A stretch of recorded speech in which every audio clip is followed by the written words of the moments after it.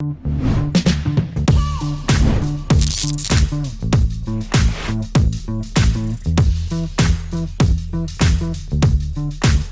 going on, everyone? My name is Statik and this is Static Sessions. What I want to talk about in this video is compression, using compressors and all that kind of stuff. This is a tough topic because a lot of people don't know what compression does, but they know they like it. So compression, really simply, is reducing dynamic range. Dynamic range meaning simply is, imagine you have a guy who's recording on the mic and he's quiet for the first couple of bars and then he goes super loud afterwards. Number one, while he's doing that, you shouldn't be recording that in one take. You should be recording it so that, you know, the quieter stuff, you're still getting at a relatively great volume.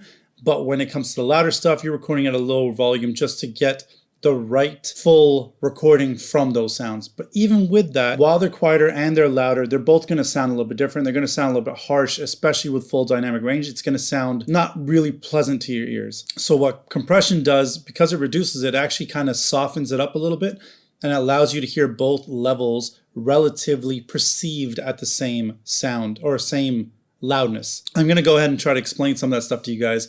But before I do that, I just want to explain the parts to a compressor. You guys have probably seen some compressors. I know one of the more famous ones is the LA2A, has only two knobs. When you look at more complex compressors, they have inputs to knees, to threshold, attack, release, output gains, and they're way more complex. Which one you use and why is pretty much up to you. If you understand how a compressor works fully, then, you know, go in, make your adjustments and use it properly. If you don't, why not use the ones which have set values already in place and two knobs, an input and an output, call it a day, or an input and a threshold, and you're good to go. Those are my favorite ones to use because you don't have to think at all and you get to a better state without having to go through too much trouble of trying to find out which threshold, which attack to use and all that kind of stuff. So we're going to go into the vocal recording that we did with Deep Jundu. And if you look at this vocal recording right now, I took off all the effects minus auto-tune just because I want to hear it in key properly. But while we're listening to this, you're going to hear it a little bit more dynamic, and it doesn't sound as pleasant to the ear as you would want it to.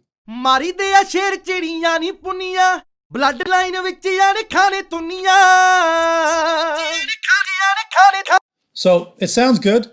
That's recorded pretty well, actually, I'm not going to lie, but we could do more to soften that up. So what I'm going to do is right away, I'm just going to use the most popular one that everyone kind of uses. This is the LA2A. And I'm going to go a little bit hardcore onto the threshold side. I'm going to ease off a little bit as well and show you guys what the difference is.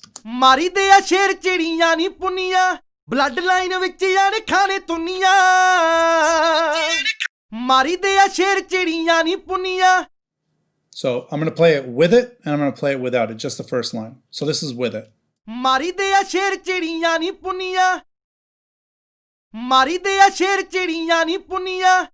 So if you listen closely, number one, you'll probably hear that the high end of that vocal kind of disappeared a little bit. But you'll also hear that it sounds more stable. It doesn't sound like it's going up and down. It sounds like almost a more of a consistent level. And that's because it's reducing the dynamic range, so it's making the louder notes a little bit softer and it's making the softer notes a little bit, I wouldn't say louder, but perceived louder. What we're going to do is increase it a lot so you completely hear what's going on with this.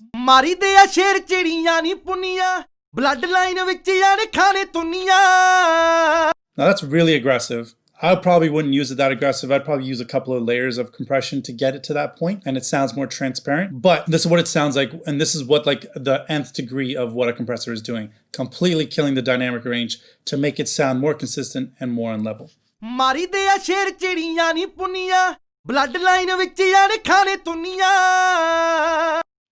And I like this compressor because you don't have to do much to it. It works, set values, good to go.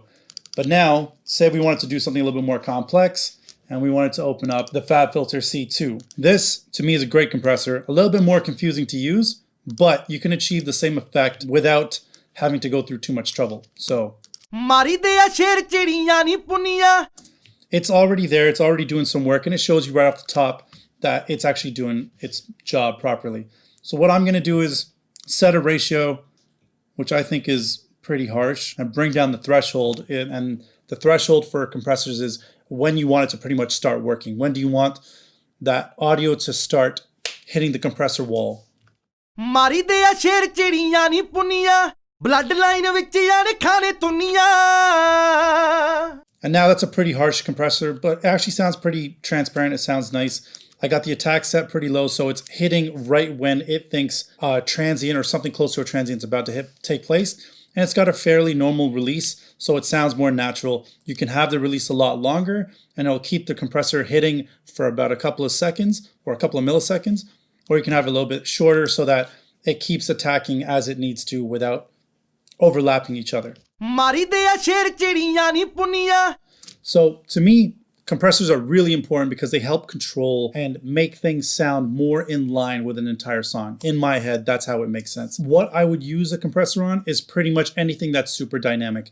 The good thing is a lot of these VSTs, a lot of these instruments and all that kind of stuff, they're very compressed in general. They're meant to sound good right out of the box. So as soon as you start playing chords and keys on VST instruments, they're pretty much good to go in terms of sounding good. But when it comes to recording instruments, whether they be percussion or live harmonium or vocals in general, you're going to end up using a lot more compression to get it to sound much more softer and easy on the ears than you would with pre-recorded instruments. And that is compression.